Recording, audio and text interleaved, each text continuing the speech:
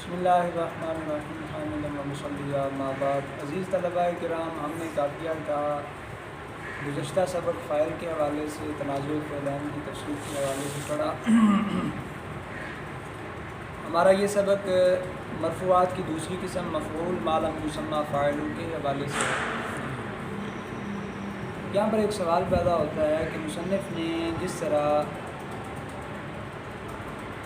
فاعل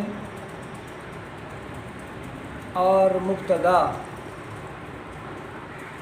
ان کا ذکر کرتے ہوئے فرمایا فمنہ الفاعل اور ومنہ المبتدا والخبر۔ یہاں مفعول ما لم یسمى فاعل کا ذکر کرتے ہوئے یہ نہیں کہا فمنہ مفعول ما لم یسمى فاعل۔ اس کا جواب شارح نے یہ دیا چونکہ اس کا تعلق فاعل کے ساتھ بہت زیادہ ہوتا ہے، حتیٰ کہ بعض ناویوں نے تو نائب فاعل کو بھی فاعل کے زمرے میں ہی رکھا ہے، تو اس لیے مصنف نے اس کو فاعل کی فصل سے جدا نہیں کیا، فمنہ الگ سے اس کے لیے نہیں کہا، اور ڈائریکٹ فرمایا مفعول ما لم یسمى فاعلہ کل مفعول حذف فاعلہ واقیم ہوا مقامہ وشرطہ ان تغیر صیغۃ الفعل الی فعل او یفعل۔ مفعول ما لم یسمى فاعلہ یعنی وہ مفعول جس کے فاعل کا ذکر نہ کیا گیا ہو۔ جیسے مثال ہے ہمارے پاس ضرب زید، زید کو مارا گیا، کس نے مارا اس کا ذکر نہیں کیا۔ مطلب ہر وہ مفعول جس کے فاعل کو حذف کر دیا گیا ہو اور مفعول کو فاعل کے قائم مقام بنا دیا گیا ہو، اسے مفعول ما لم یسمى فاعلہ کہتے ہیں۔ اچھا، یہ جو مفعول کو فاعل کے قائم مقام کرتے ہیں اس کی شرط بیان کی۔ اس کی شرط یہ ہے کہ ان تغیر صیغۃ الفعل الی فعل او یفعل، کہ فعل معروف سے فعل مجہول کی طرف تبدیلی کر دی جائے، فعل فعلہ کی طرف منتقل کر دیا جائے یا یفعل کی طرف۔ فعلہ سے مراد ہر وہ فعل جس کے پہلے حرف کو ضمہ اور آخر کے ما قبل کو کسرہ دیا جائے، جیسے فعلا، افعلا، افتعلا، استفعلا، فعلا، فعلا، فعللا، تفعللا، اس میں وہ سارے شامل ہیں۔ اور یفعل سے مراد ہر وہ فعل جس کے شروع میں حرف مضارع کو ضمہ اور آخر کے ما قبل کو فتح دیا جائے، جیسے یفعل، یفعل، یستفعل، یفعلل وغیرہ۔ تو معروف سے مجہول کی طرف منتقل ہونا یہ مفعول ما لم یسمى فاعلہ کے استعمال کی شرط ہوگی۔ اس سے اگلی عبارت میں مصنف یہ بتا رہے ہیں کہ کن کن افعال کے اندر کون کون سے مفعول جو ہیں وہ نائب فاعل یا مفعول ما لم یسمى فاعلہ نہیں بن سکتے۔ چار کا یہاں ذکر فرمایا۔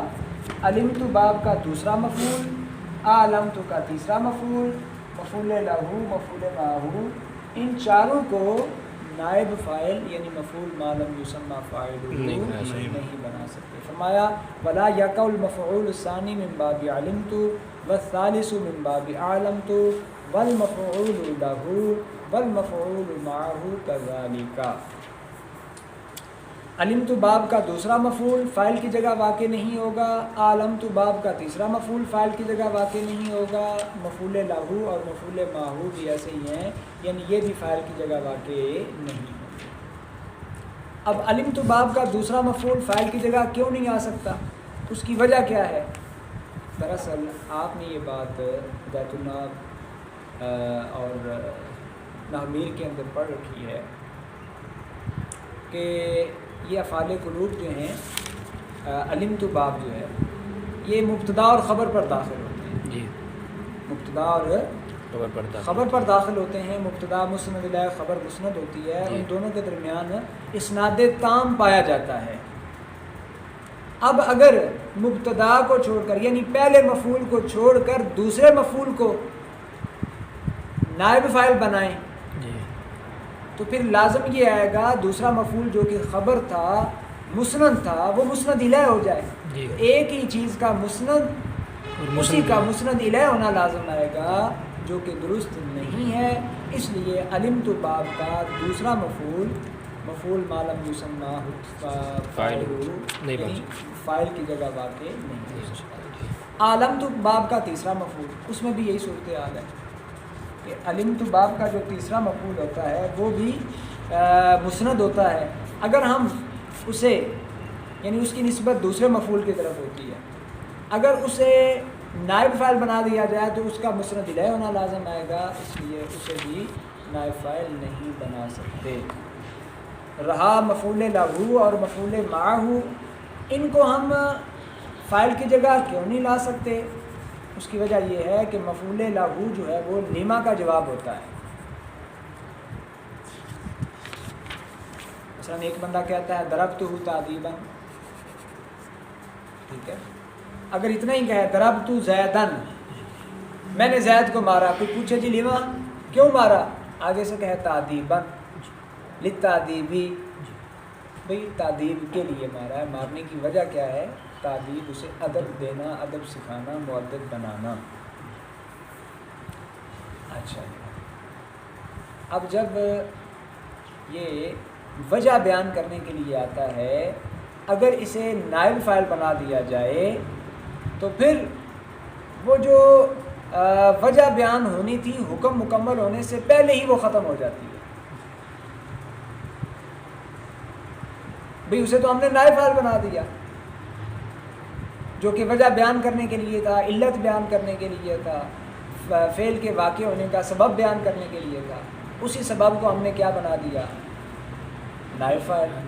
تو اس صورت میں حکم مکمل ہونے سے پہلے ہی جو وجہ کے بارے میں سوال ہونا تھا اس کا باطل ہونا لازم آتا ہے, تو ہم مفعول لہ کو نائب فاعل نہیں بنا سکتے اور مفعول معہ کو بھی نہیں بنا سکتے. اس کو کیوں نہیں بنا سکتے؟ آپ نے اس کے بارے میں یہ جان رکھا ہے کہ مفعول معہ کا استعمال واو کے ساتھ ہوتا ہے.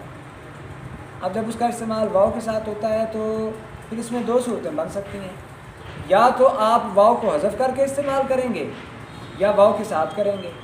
واو کو حذف کریں گے تو مفعول معہ کی ماہیت جو ہے وہ متغیر ہو جائے گی, اور اگر واو کے ساتھ کریں گے تو پھر مسند اور مسند الیہ کے درمیان واو کا فاصلہ آئے گا. اس لیے مفعول معہ کو بھی نائب فاعل نہیں بنا سکتے, فاعل کا کام مقام نہیں. تو علمت باب کا دوسرا, علامت کا تیسرا, مفعول لہ, مفعول معہ, یہ وہ چار ہیں جن کو ہم فاعل کی جگہ نہیں لا سکتے. آگے فرمایا وَإِذَا وُجِدَ الْمَفْعُولُ بِهِ تَعَيَّنَ لَهُ تَقُولُ ضُرِبَ زَيْدٌ يَوْمَ الْجُمُعَةِ أَمَامَ الْأَمِيرِ ضَرْبًا شَدِيدًا فِي دَارِهِ فَتَعَيَّنَ زَيْدٌ. اب جب کلام میں مفعول بِهِ موجود ہو تو مفعول بِهِ ہی فاعل کا قائم مقام بننے کے لیے متعین ہوگا. اب ایک کلام کے اندر مفعول بِهِ بھی موجود ہے, مفعول فی بھی موجود ہے, مفعول مطلق بھی موجود ہے, جار مجرور بھی موجود ہے. ان میں سے جس چیز کا تعین کیا جائے گا وہ ہوگا مفعول بِهِ. جیسے یہ مثال ہے ضُرِبَ زَیْدٌ, اس میں زید مفعول بِهِ تھا اصل کلام میں, اس کو یہاں نائب فاعل بنا دیا. یوم الجمعۃ یہ ظرف زمان ہے, امام الامیر ظرف مکان ہے, ضربًا شدیدًا مفعول مطلق ہے, فی دارہ جار مجرور ہے, یہ بھی حرف جر کے واسطہ کے ساتھ مفعول بِهِ. تو یہاں اس مثال میں جو زید ہے یہ نائب فاعل بننے کے لیے متعین ہوگا, باقی نہیں. فَإِن لَمْ يَكُنْ فَالْجَمْعُ سَوَاءٌ, لیکن اگر کلام میں مفعول بِهِ موجود نہ ہو تو پھر باقی سارے برابر ہیں, چاہے آپ مفعول فی کو بنا لیں, چاہے آپ مفعول مطلق کو بنا لیں, چاہے آپ مفعول بِهِ حرف جر کے واسطہ کے ساتھ جو ہے اسے بنا لیں, پھر کسی کو بھی بنا سکتے ہیں. آگے فرمایا وَالْأَوَّلُ مِنْ بَابِ أَعْطَيْتُ أَوْلَى مِنَ الثَّانِي. باب آتیت سے مراد یہ ہے کہ ہر وہ فعل جو دو مفعولوں کی طرح متعدی ہو اور دوسرا پہلے مفعول کا غیر ہو.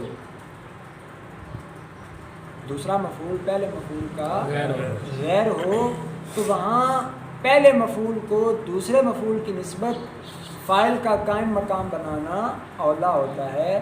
مثلا آتیت زیدن درہمن, اس میں زیدن پہلا مفعول ہے، درہمن دوسرا مفعول ہے، تو جب ہم فعل مجہول لائیں گے اوتیا زید درہمن تو زید کو نائب فاعل بنانا یہ اولا ہوگا۔